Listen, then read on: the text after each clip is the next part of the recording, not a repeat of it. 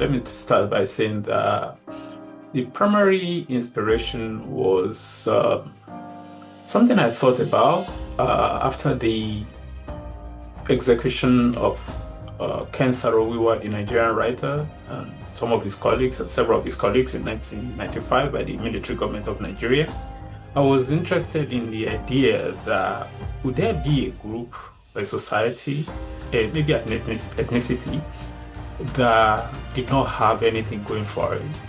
The problem, the issue with the Ken Saro-Wiwa and the Ogoni movement for the survival of Ogoni people was that they had oil, at least, and part of the reason, not the main reason, but the main reason why the entire world was sort of against, or at least opposed to the execution and the way they were treated, was because there was always this question about opposing the oil giants, Shell and others.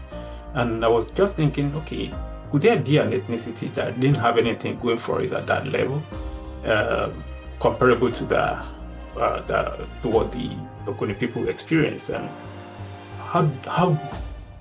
what can we think? I mean, what's possible?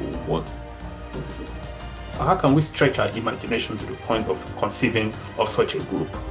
And thinking about that made me begin to imagine an African ethnicity, a group that did not have a particular kind of, that had nothing going for it. And I didn't know that there was any such group. But when I began to think and research for that, I came across a book called What is the What by Dave Eggers, American writer. It's a story of the so-called Lost Boys of Sudan. And in the book, there was a moment when the protagonist, that is Achak, talked about a group in Somalia called the Bantu. And these Bantu were at the very bottom of Somali society. They had it even worse than the Lost Boys of Sudan. And that was it. I just began to think of that as a potential answer to the question that I raised way back in 1995. Or early 1996, when Ken Saro-Wiwa and others were killed. And so that's it in terms of the ethnicity. And of course, there were other things because it's a novel. There will be other experiences that sort of fed into it. And I think that that's one primary inspiration for the theme of the book. And there are other issues. One major issue, apart from the question of statelessness or homelessness that the protagonist Abel Danko had, was the question of this tension between the imagination of the writer and the imagination of the state. And of course, that's always been an abiding issue for me as a writer, because I think that intellectuals, writers have no business being in government, being running societies. That it's enough work to be an artist. And I'm really very strong. I have a very strong opinion about that. And so that's another theme that I try to talk about. And there are several others, but just to give you those two ideas about inspiration for the themes.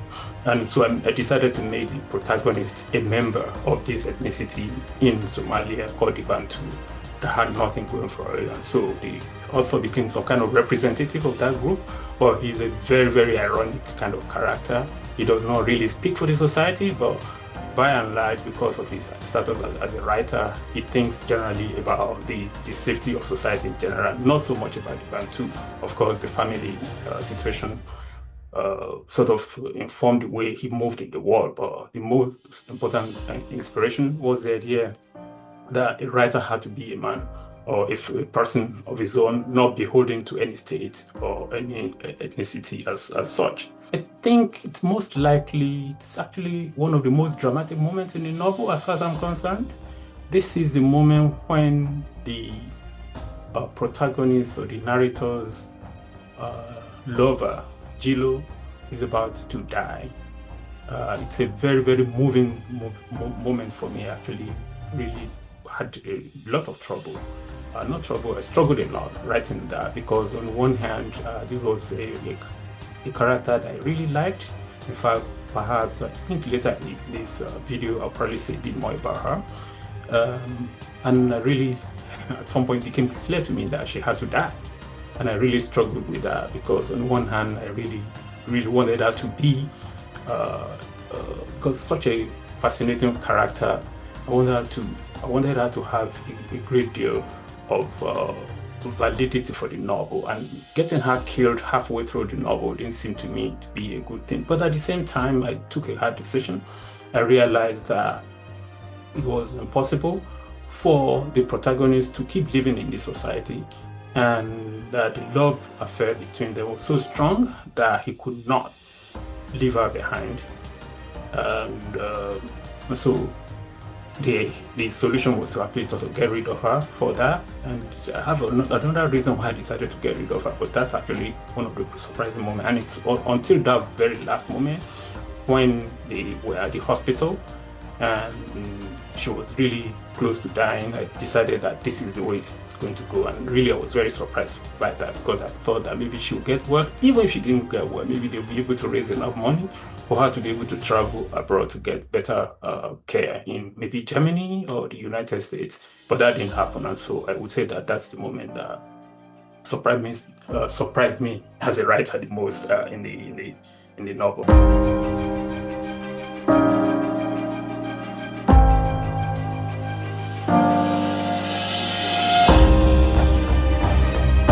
Not necessarily personal experience for me. Well, personal to the extent that the experience of whatever it was that Ken Saro-Wiwa and other Ogoni activists underwent in Nigeria in the mid-1990s, I felt it very personal, just as I felt the death, the assassination of Thomas Sankara, the former president or head of state of Burkina Faso, irrespective of the fact that I never met him, I didn't know him. Country was maybe several countries away from Nigeria, but I felt it very, very personal. And I knew Ken Saro-Wiwa. We worked together briefly. He was, of course, a newsmaker. I was a journalist, and he actually at some point wanted me to work for him, but I did not do that. I decided to sort of keep my job as a journalist. But so, to that extent, I would say that experience of really having an author that that everybody sort of found, believed in, respected, really had a lot of trust for, and not just him, but the entirety of the group, and the very struggle of the Ogoni people against the despoliation of the society was one idea that I thought was very important. But as I said in the first question, the stronger issue for me was always this question, which I hold very strongly, about the incompatibility of the perspective of the writer and the perspective of the state, or the state in short. And I think it was the American writer that put it the best way. I think the great Norman Mailer, he talks about it as the conflict between the imagination of the state and the imagination of the artist. And I think that that's one thing that my novel sort of rests upon. And I think that it's one issue that I wanted to put forth. A very interesting moment in the novel, as the reader will find out. There's always constant conflict in the author, especially when he's having discussions whether with friends or with other writers, where this issue sort of comes forward, and he's very quite passionately committed to that. The uncomfortable truth about ourselves or the world that I hope readers discover is this issue of what do you do as an individual when you are faced with oppression or a situation that you cannot really accept, but at the same time you have very little power against it. And I think that in most cases human beings tend to just fold up and maybe adjust to situation and get along, and that's it. Human beings tend to get used to every situation, even so long as they are not dead. They'll find ways of not necessarily justifying, but at least adjusting and coming to terms with things that they really cannot change. In this novel, I really didn't want that, and I wanted. This is an author who had no other power than his writing, and secondly, he also didn't have a home. He moves from one country to another within the family, and especially when he became a man of his own, when he reached the age of adulthood and he began to work on his own and work as a teacher. That was his first profession, and then he moved around anywhere when he was either teaching or trying to live as a writer as well as much as possible. And I think that for someone like that, it's really difficult to oppose a very strong system, whether it's a state, whether it's an institution. And it was not possible for him. And I think because he didn't want to give up, he didn't want to fold up, and at the same time, he couldn't really fight it. That's why he had to keep moving. So in fact, I think that that's really one situation I found quite compelling about this. And it was in the process of writing the book that this became even clear to me. And what I've tried to do is to try to convey some of that clarity, I hope, to the reader, that very critical moments when you cannot change a situation and you do not want to give up, what do? You walk away. It's very difficult, and it was really very tough for him, but it's always what he's able to do, because as a writer, there's always this opportunity for him to say, okay, I'm thinking of another book, who have friends in the world, who can I reach out to? Of course, he's not an island. Nobody's an island by himself or herself. And so some of what he's been able to do throughout this very complicated journey that he counts for his life is also as a result of the friends that you can rely on, both in this fictional country called Monday, or in the United States, or in Italy, or wherever he happened to have a friend living close by at some point. The character that I'm most fascinated about is Gilo, the love interest, or the lover, the long-time lover of Abel Danko, the protagonist of the novel. This was the person that he met like 2 days after he got back into the country. This was the country that he lived in as a young student, and then he went abroad and he came back to work as a teacher. The day after he got back into that country, he visited his old mentor, and this woman was there. And from there, they sort of something clicked. And 2 days later, they met again. And of course, they became extremely, immediately drawn to each other. And as the saying goes, they fall in love. And I found it quite fascinating that I didn't want this character, I really liked her. I don't want to say I fell in love with her, because that would be unusual, because, she's someone else's girlfriend. But I've really found her quite fascinating as a character, and I made a deliberate effort, a deliberate decision not to describe her visually, because I did not want to objectify her, but I made it clear also that she was an extremely beautiful person. But I didn't want beauty or physical beauty to be the primary reason why we think of her, or whatever regard we have for her. So I wasn't really very interested in sort of making her an object of desire as such, but I really was also found her very compelling, very young, I think in her early 20s, already a medical doctor. So that's the character that I was most fascinated with. And as I said when I was answering the first question, I did not want this character to die. At the same time, I did not want a situation whereby there would be a breakup between her and the protagonist. And so I knew that the protagonist, of course, being the one who carries the novel, will lead through the novel. And I knew that he wasn't the settling down type. That wasn't likely, the kind of domestic life that might become the consequence of their relationship was not actually not in the interest of the novel. It wasn't the way I imagined the novel to end, like him being settled down as such, because that would have defeated the purpose of the central theme of the novel, which is in fact to be on the edge without necessarily being jaded about being homeless. So it's a very tricky situation. So what I decided to do was to actually make her sick. But at the end, towards the end, and again, the reader can determine this, it's one of, as far as I'm concerned, one of the most dramatic moments in the novel. And eventually, she was in the hospital, and I made a hard decision to make her die. And I really felt bad. I really was surprised. But even as I was writing, I think I wrote that scene once.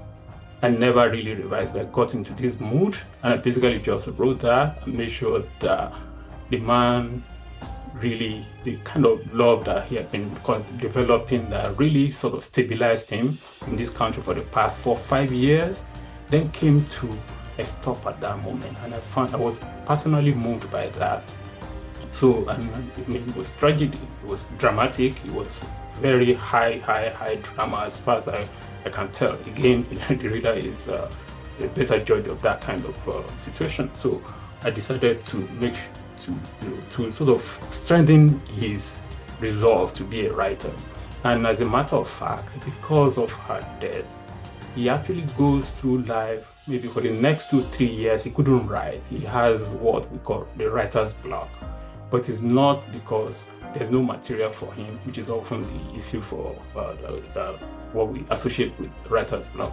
But it's essentially because he could not live down the idea of not having this woman with him anymore. And so that's what I'll say about that.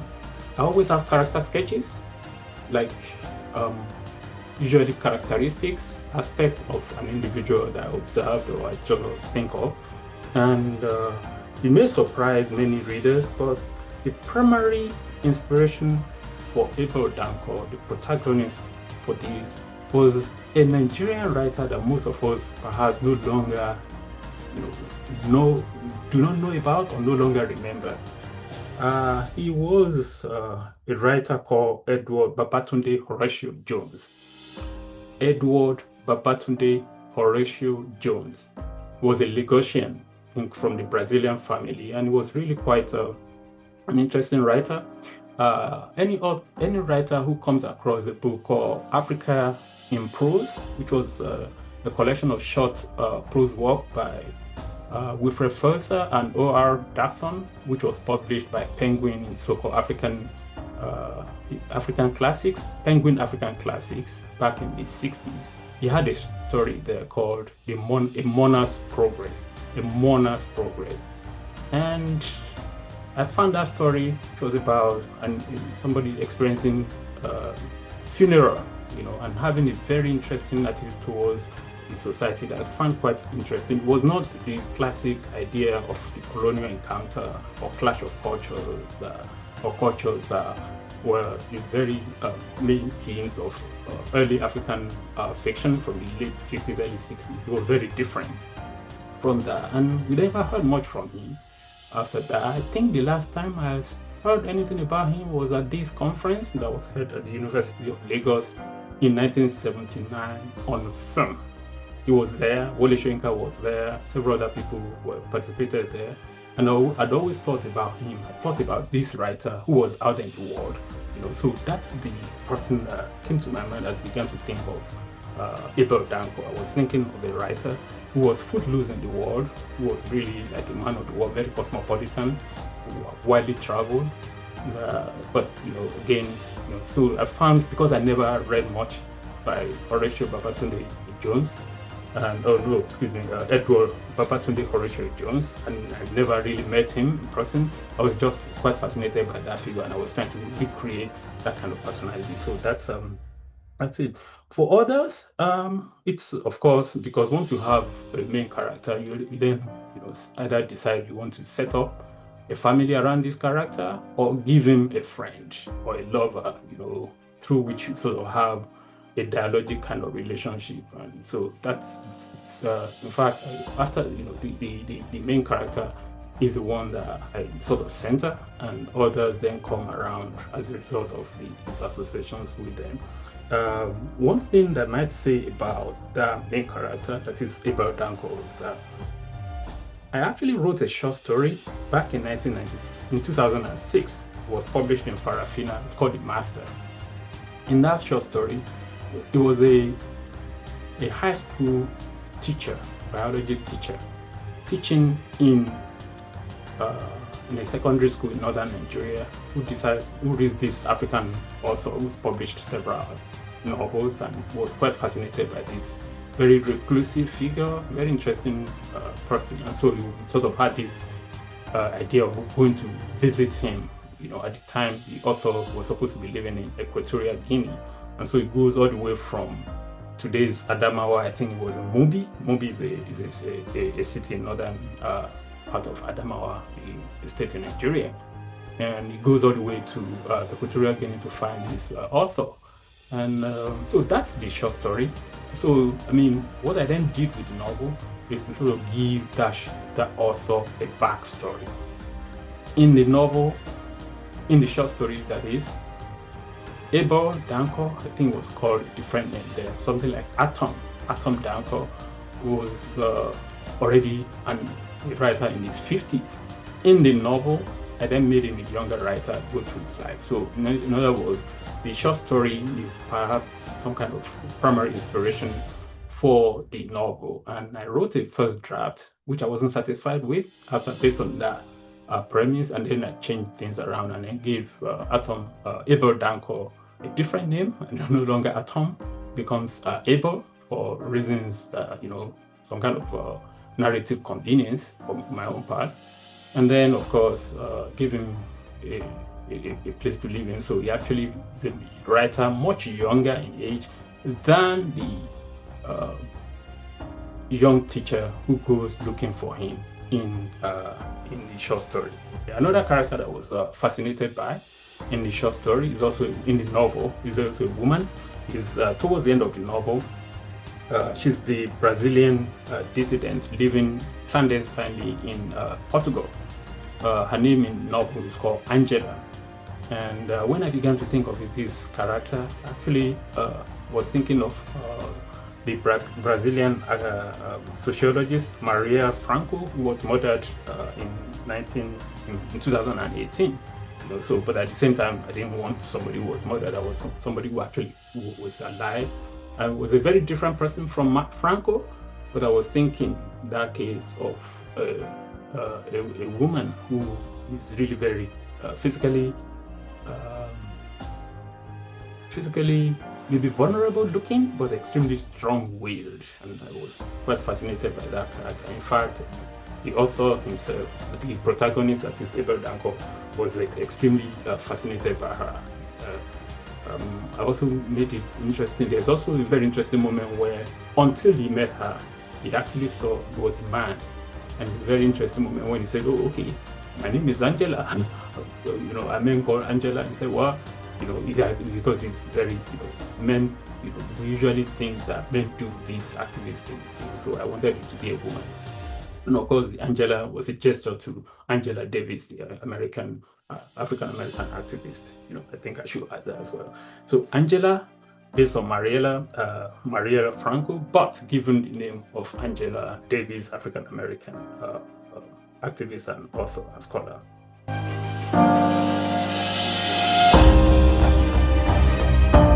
The dilemma that I felt about the book was not so much moral as geographic.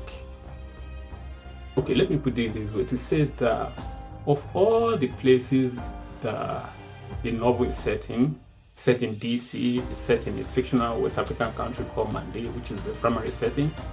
It's set in Portugal, in Denmark, in Italy, Milan, Bergamo, and maybe some other place. Those are 4 or 5 places where the story is set, and then of course also in Somalia. But that's just like a startup point. Nothing actually happens there. So of all those places, the single place I really know was the United States. I've never been to Italy. I've been to Portugal. I've been to Lisbon, so that's another place. But I don't know Denmark. I don't know Italy. The whole fictional West African country does not exist, but I have a geographical idea of where it is. So the question I face is, how can I write about places that I know in such a convincing manner without having been there? So of course I did a bit of reading up or looking up things, and also, of course, I also had what I call native informants. That is, people who are friends from these places that I could actually talk to. So that's it. So in other words, the issue was, how could I write about this convincingly? Not in terms of convincing, but also, I wasn't writing a historical novel. But I was writing a novel that's made up. Everything's made up, everything's fictional. But at the same time, I wanted there to be some kind of integrity to the creation that I make of those places. So I would say I have a bit of conflict about how to render that. But I did that by, of course, using my imagination. Number one, by reading things up and looking things up. Number two. Number three, then actually talking to people, constructing. I have a Swedish friend, so I sent a message to her that, well, I'm writing about Denmark. I know you're not from Denmark, but can you tell me about this? Because of course she said, she knew Denmark very well. Maybe she hadn't been to the places I wrote about, but she was able to sort of fill me in some of the details. The same thing with Italy. I actually had it. Turns out that one of my so-called native informants is from Bergamo, the country, the city where the great deal of the story sort of takes place. So that, as far as the conflict I have, that's concerned, I don't think I have any ethical problem as such. Maybe because of the nature of Somalian society that I really also had to read about. I wanted to be sure that I was not inventing the subjection of the Bantu people in Somalia. So I really read a lot, and I talked to people. Another native informant, a former student of mine, whose family came from Somalia. She was a student in the United States. So I mean, about those were the things that I really had issues about. I did not feel any kind of compunction about making an author the central figure of this novel, and questioning all ethical issues to do with citizenship, to do with falling in love with someone else. These are very important issues, but I really wasn't conflicted about any of those. I just thought that because he was a writer, a self-exploring person, constantly questioning himself, questioning situations that he's in, even when he has some kind of conflict, internal conflict in an ethical or moral issue. By the very fact of thinking about those issues, then he's subjecting them to analysis, to critique, and of course things are open-ended that way. And the very process of questioning himself makes it impossible for him not to be held down by any kind of treason related to that particular issue. So that's what I would say about that. I hope that response is clear, but that's my view of it. The part that I found a bit, and I think one of my readers, one of my friends who read the book actually raised the question about that, was when the protagonist was about to break up with one of his girlfriends. And they were talking about relationship between fairness and equality. That's, again, these are, of course, moral questions. And the protagonist says, well, look, when people are in a marriage, they don't have to be equal. It's okay. It's enough for them to be fair to each other. They don't have to be equal. And one of my readers pushed back and said, well, that's a tricky thing to say. But, what's fairness, what's equality? And I wasn't really worried about that. Because for me, as I said, the protagonist was thinking about issues, was actually posing these as questions. And he's a writer, he's a thinker, he's somebody who actually examines situations. So even when he says things like that, you can't disagree with him. But he holds his ground, and I think that was enough. So I really, again, didn't feel too much. But I thought that, put it this way, when I have a colleague in an office situation, we have to do our work equally. That's about equality. That's been in an office situation, in a social situation. Between couples, if one couple decides to do more of housework, one member of the couple, maybe the wife or the husband, decides to do more, that's only fair. You don't have to say, okay, because I've done this, do that. Again, maybe I don't even think that. But that's what my protagonist was thinking about when he made that point about the needlessness of equality in a domestic situation among married people. So that's one. That's another issue that I sort of had a bit of questioning about. And as I said, I was not particularly worried about that because I put this in the mouth of the protagonist, and it was okay for people to push back because, in fact, the person that he was talking to about that sort of pushed back when he said that. And so that was enough for me as a writer, and I think that's what the reader wanted to, that's what the reader should want to engage as well.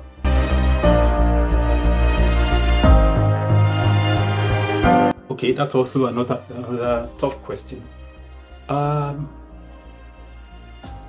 me put it this way. Let me address that question this way by saying that in most cases, because this is a novel that is narrated from the point of view of an I, there is hardly any situation where the protagonist is not present.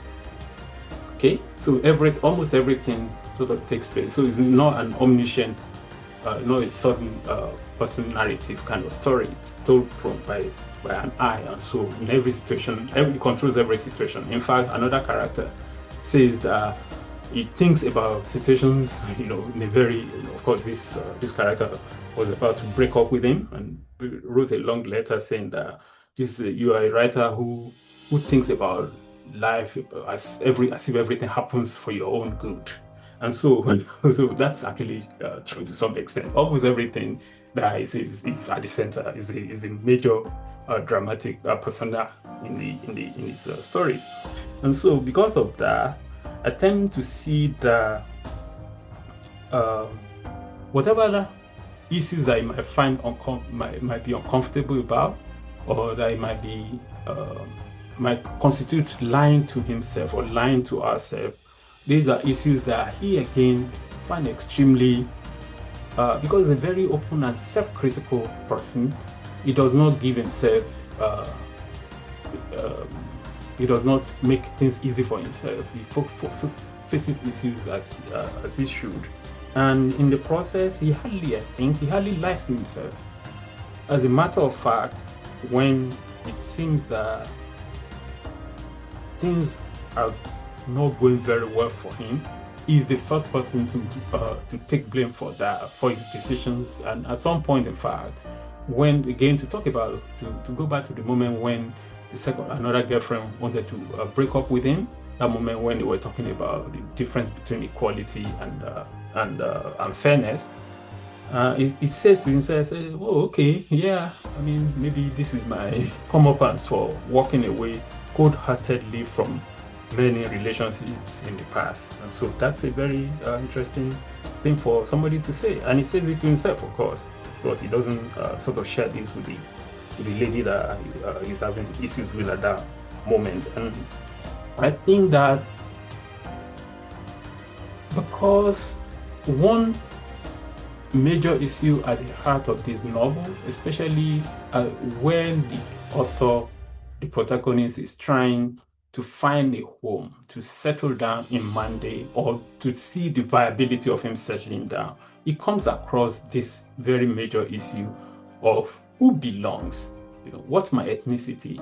And of course, people put him on the spot, because somebody comes to his reading where he's giving a reading, and somebody reads from one of his books and says, "Well, you wrote this thing about colonialism and all of that. Where are you from? Do you have a home? Is that why you don't think about the importance of ethnicity?" And of course, he says, of course, because it was a situation that he had not expected, he tried to sort of fight back. But of course, it was not successful. And again, it became very clear to him that some of the things that he thinks he's thought through, that is questioned, is subject to questioning, are really subject to questioning by other people. That you cannot sufficiently question yourself and think that because you've resolved some issues, that others have resolved the same issues. And so that's actually, I think, one important point to pay attention to. It's ultimately about identity. Okay, identity, whether it's cultural, whether it's racial, whether it's ethnic, whether it's religious.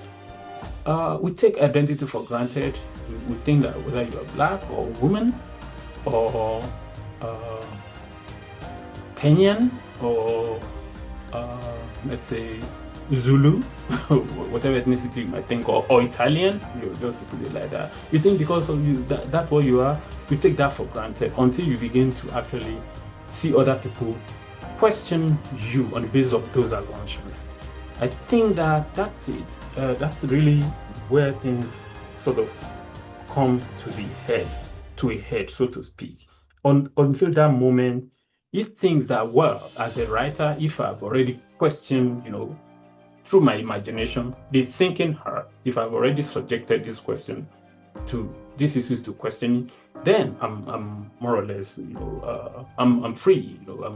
I've thought things through to that extent. But of course, you may have thought it through, you might have written about it, but there are people who come across it, and in fact, that's also the nature of reading a book or a work of art, because it's very subjective. You come to it with your own assumptions, and what somebody else takes for granted, you begin to sort of pull the rug up their feet, so to speak. And I think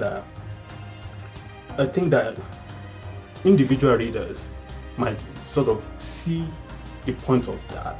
They may not agree with him or with the author, so to speak, and in fact, the readers never agree. Those readers who question him in the novel never agree with him about some of this. And so, but of course, people were doing that for their own reasons, because they wanted to have some, I think one of them actually was very envious of him, of his role. He wanted to actually be the person to be featured as a writer as a reader, as the public reader, the person who reads, who has a reading. So I mean, petty jealousy, so to speak. But at the same time, it becomes an opportunity for some of these issues to be brought out and examined.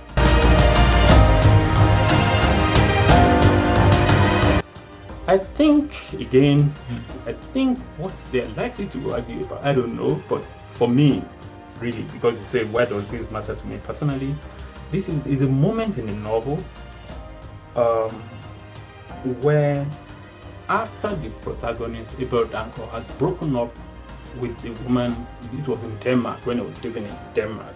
He breaks up with somebody, and it was a very troublesome day, very difficult day for him. It was raining, but he had to do it. He realized that no, there was no going back on this, and he had better, this is my moment. If I lose this moment, I'll probably regret it. So in any case, he decides to walk away. I found that to be a very interesting moment. And later, it happened late in the evening, and of course, he couldn't find his way home. He was fortunate enough to find somebody to pick him up, take him, and then another person was going back home, and so he managed to go. So the person who actually brought him to the castle where they were spending the day was not the person who took him back. So that was the risk he had to take. But the following day, his friend he had to go back home that night to Copenhagen, and because his friend, a very close friend of his, was coming to visit him, and he really needed to be at the airport to pick this person up. And so later in the afternoon, he and his friends were talking about this. And so that's, I think, one moment that I would think that maybe because of the nature of it, it's about love, it's about breaking up, it's about what do you really do when you realize that, look, this is not going anywhere. What do you do? Of course, because they were not a couple, divorce is not involved. Basically just picked his bag and walked away. You can do that, to a girlfriend and all of that. But I think it's very interesting because it is a moment that I think it's a kind of decision that people have to take in most cases. And I think because it's a personal decision, I think it's easier to argue about that than to argue about politics or about the situation of statelessness and other thematic issues in the novel. So they had this very interesting discussion. That's the protagonist and his friend, who is a filmmaker. They were sitting down in the afternoon, drinking beer and planning some kind of storyboard for a film that the filmmaker was going to make about one of his books. And so they began to have a question because they began to have a discussion because the lady that he broke up with yesterday was maybe trying to make up, but he didn't want to go there. Maybe the phone was ringing, he didn't want to pick the phone, and that guy got the sense, his friend got the sense that something's going on. So they began to have a discussion about this, and basically he said, look, ultimately, when you are faced with a situation that you think that this is the end, this is not going anywhere, it's friendship, it's work, whatever it is, that you have to have the clarity, at least the courage to say, look, there's always any decision you take or you refuse to take or fail to take will be entailed by regret. You better just do what you think your hunch, your gut tells you at that moment. And that moment is one I think I find very interesting. There are other moments, of course, as I said, but that seems to me because it's about individual choice. And at that moment, I think that for better or for worse, he thinks that he makes the right choice, and of course, he faced the consequence that night and maybe subsequently. Okay, so that's one thing that I think matters to me personally, because even apart from the question of marriage, there are always or love affair, there are always situations where you have to really look at a particular situation and say, okay, what do I do? Do I walk away? Do I keep doing this? What is this? So it's really about making a very strong decision, and I find that to be a very clear demonstration of character.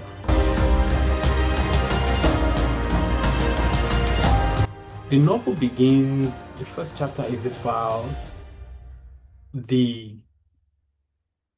news of the death of the poet Sir Koromafuta, who is was the mentor to the novelist, to the protagonist. And he gets the report that the man is dead. Was killed in some kind of crossfire during the coup d'etat in the country where he was hoping, at that moment he was actually hoping to write a letter. He had actually written the letter and mailed it off before he saw the news to the man, asking him to be his sponsor for his citizenship. So that's the story.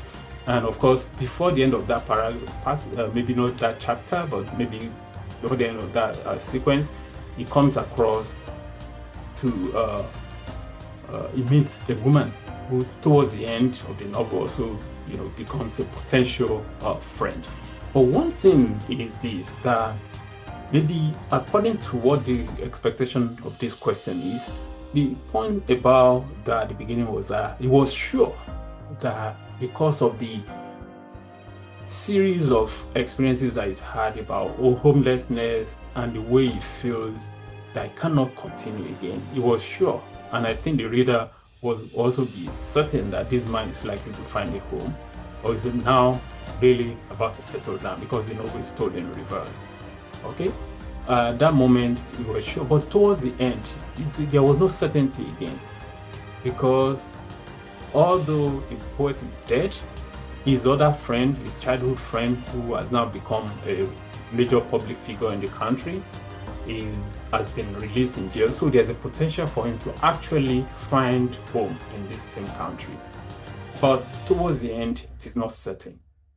That is something that would be convincing to the reader right at the beginning, irrespective of the fact that everything was happening moment to moment, and you really can't be sure. But at least you could see, if you study closely, the way this protagonist was talking about his life, you could see that he was ready to settle down and find a home in this country, this West African country. But towards the end, I don't think there was that much certainty, because something else happens, and I think the reader will find out what that thing that happened that made it uncertain for him to continue to look forward to settling in that country.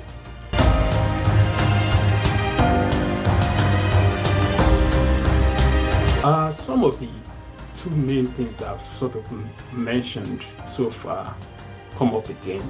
The first, of course, is how we take question of identity for granted. Okay? My hope is that the reader at the end of this novel will say, even if they are sure of their identity as, let's say, a Nigerian or a Ghanaian, okay, or they're sure of the fact that they're marginalized, they need to, by having that taken for granted identity, whether pro or con, but by having it questioned, because when you're in a situation where others are not as as protected or as sheltered as you, things that you've taken for granted, if you are a self-analyzing, self-critical person, you begin to see that some of the things that you take for granted are not, in fact, as certain as you sort of think about it. So that's number one, the question of the instability, the fungibility, as they say, of identity. That's one thing that I think I want readers to start thinking about in a very critical manner. The other, of course, is this question about personal choice and the need to, in a very strong and character-determined manner or character-shaping manner, to know when to walk away from a problem or something that makes you feel uncomfortable. I mean, again, it's, there's, like every human situation, there are all sorts of variables, as they say, and it's not easy to take this hard decision sometimes, because especially if you have to think about other people, if you're the kind of person who cares about others, you might just say, okay, well, for the purpose of so and so, I may not need to do this. But at the same time, it's really very important for personal responsibility. It is really character shaping for you to be able to know when to say yes or no, to move sideways and really take a decision that you think is in your best interest, given at a given moment. I think that maybe that's what again, readers come to books or works of art with their own expectations, and they may not agree with some of the choices that the protagonists or other characters in the novel make. But at least you can be sure that, because these are issues that people think about on a daily basis, when you come across a writer or, a character really taking a decision, you then begin to sort of put yourself in their position and say, okay, if I were the one who was stood up and who was hungry, who needed to eat, but the owner of the car says, no, you can't eat, I'm going to return my car first. But I need to eat, See, this, of course, maybe because they were going to break up anyway, So because of that, it was like they were about to butt heads. And of course, as I said, they were just boyfriend and girlfriend. Things were just taking shape or not taking shape, and it was easier to quickly walk away. Maybe it won't be so easy in other situations, but at least, when a reader comes across a situation like that, they can decide whether, okay, how do they sort of do this? And I think that's one thing. There's maybe a third point I might mention, which is where the protagonist at some point, his ability to, when he became a teacher, when he goes back after he got his university degree and he returns to Monday to teach, the person who makes that possible is an African-American friend. They weren't friends, they were just like social acquaintances. And he really was very suspicious of this person, because it was this other person, the African-American person, was a diplomat, and the author was very suspicious of him because he thought he didn't have strong opinions. Well, diplomats don't always have strong opinions, and somebody pointed out to him that, look, he can't think like that, he's a diplomat, he knows what he's doing. And so, but of course, over time, they became a lot closer, because this man was always around to help him in a situation where he was like, when he had to leave Monday after the death of his lover, he needed somewhere to stay. And of course, this man helped him by helping him find residency for a writer, or some kind of writer's residency in Denmark. So they became closer. But at the same time, because this man, as we said, the protagonist is a writer, he's an artist, he does not want to be beholden to any state or any institution. He's always looking very, very carefully, very, what's the word? Is ill at ease when it comes to being involved in systems that are really likely to compromise you. And so watches out for that. So the closer it becomes to this man, Corey Warrant, that's the name of the diplomat, the more suspicious it becomes of him. At some point, he goes to his house, they had dinner, he enjoyed himself. The man says, okay, come again. And he says, I don't know about this man. Okay, well, this man is a diplomat. He's probably going to be an ambassador someday. He's probably a spy. He wants me to be spying for him. I don't want to, so a situation like that. I mean, maybe I wouldn't think of it like that, but again, when a writer, I would actually be interested in what readers make of that.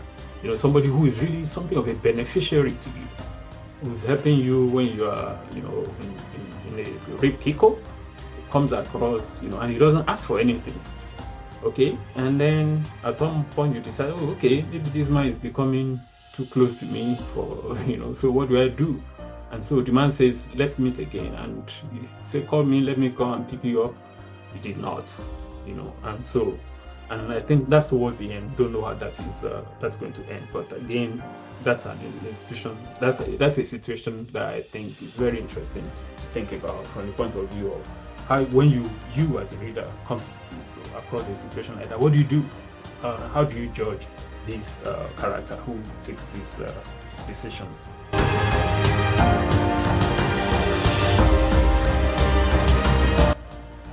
One question that I would ask a reader or readers, if I were given a reading and reading, maybe it's a kind of book club, and they have read the book, and I'm asking them, something I would really like to know is, what do you think of this protagonist? I mean, what kind of person do you think this is? Is this a person that you really like to hang out with? Is this somebody that you really feel any kind of affection for? Somebody that you care about? Because in fiction, especially literary fictions, characters are either created out of abstractions, like a figure for the author to channel some of his views. So that kind of character, is not like a real human being. It's like a collection of ideas or symbols or images or intimations that the author feels. I don't think this protagonist is like that. I think it's more of a human being. And so the other kind, I mean, there are several, but another kind is one that you actually can get along with. You say, okay, I mean, this is the kind of person that I think I can hang out with, or maybe not be friends with, but at least you can share some, you can have discussion with, rather than an idea, a character that does not really feel like a human, like an archetype, so to speak. Okay, so but I think that Abel Danko is more of a character, and I would think like a real human being, living human being, somebody that you can run into, somebody that you can disagree with, maybe break bread with if you're inclined. So I'll really be interested in readers, what they think of that. I think that if it's possible to critically subject this character to analysis, to really understand him, pick him apart, question him, question his choices, I think much of what's going on in the novel, about the choices that he makes or refuses to make, will be better clarified. I think that's one question I would like to ask my readers about the book. Okay? All right. Thank you.